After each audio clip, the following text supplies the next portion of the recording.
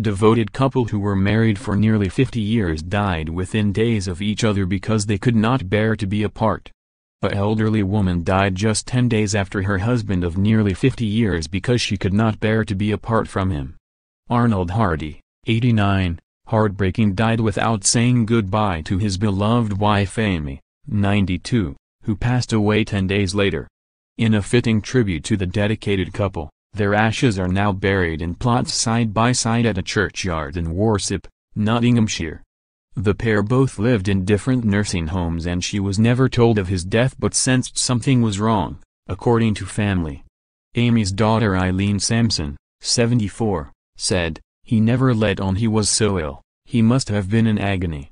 He was more bothered about Mum and kept saying, 'Is Mum okay?' It was a shock, but I'm glad it happened quickly and he didn't suffer.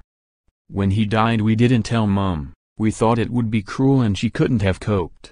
It was a hard choice. I believe she knew something was wrong because he didn't come to see her.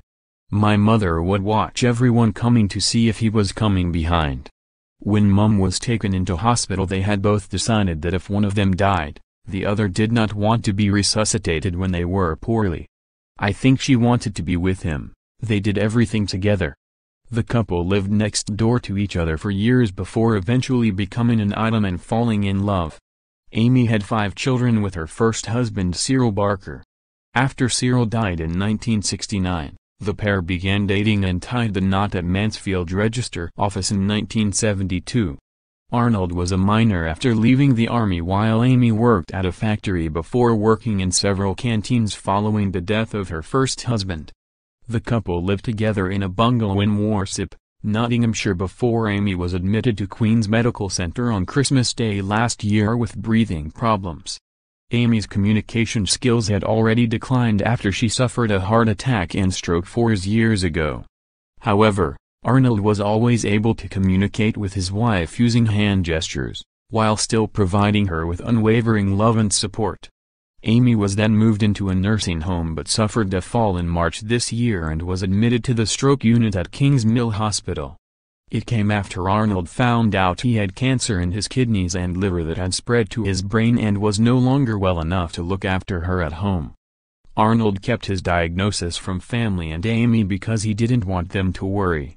He was moved to Sycamore's nursing home in Mansfield for palliative care but succumbed to the killer disease and died on April 30 this year.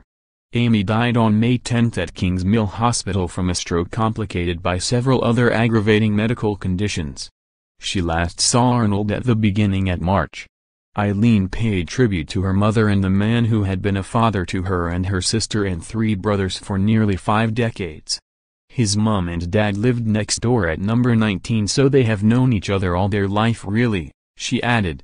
After Dad died in 1969, about 3 or 4 years later they got married and it wasn't a surprise. He has always been good to us. He said he would never try and take my dad's place, which he never has, and he treated the 5 of us like sons and daughters.